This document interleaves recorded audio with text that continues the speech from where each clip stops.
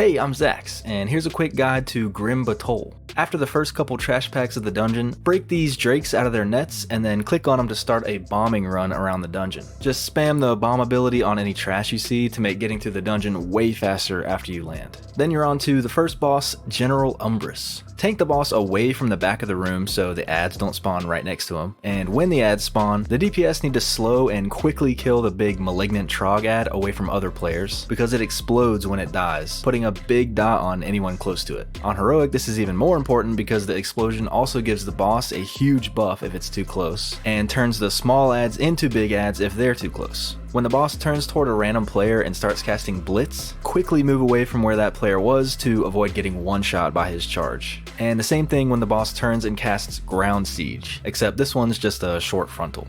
Then there's the second boss, Forgemaster Throngus. Be careful killing trash after the first boss because this boss patrols around his entire room. When you're fighting him, avoid the rubble falling on the ground and the fire on the ground on Heroic. The boss starts out with no weapon equipped and his mechanics change when he equips each of his 3 weapons. When he equips his mace, the tank should kite him around the room because he moves really slow and hits really hard. And the healer should focus heals on anyone he puts his random dot on. When he equips his swords, the tank has to be careful because he attacks really fast. He also puts a debuff on everyone that super slows your next cast, so try to use an instant ability to quickly remove the debuff.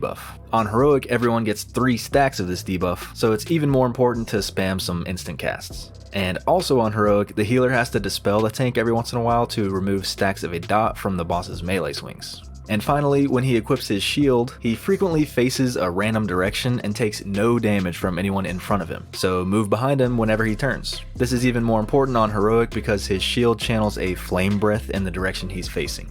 Then there's boss number 3, Drahga Shadowburner. Interrupt his burning shadow bolt cast on a random player as often as possible. When this little fire patch spawns, move the boss away and quickly slow and kill the ad that comes out of it after a couple seconds. The ad fixates a random player and runs toward them, and if it reaches them, it explodes, one-shotting anybody nearby. Of course, if you're the one fixated, run away. When the boss gets to 30% health, he runs away and hops on a big dragon that comes out to fight. You still have to deal with the fire patch that spawns the ad, but now you also have to move out of the pool that spawns under the tank sometimes. And on Heroic, you also have to quickly move out of a randomly facing frontal breath. The dragon leaves at 20% health, and you just have to finish off the original guy real quick.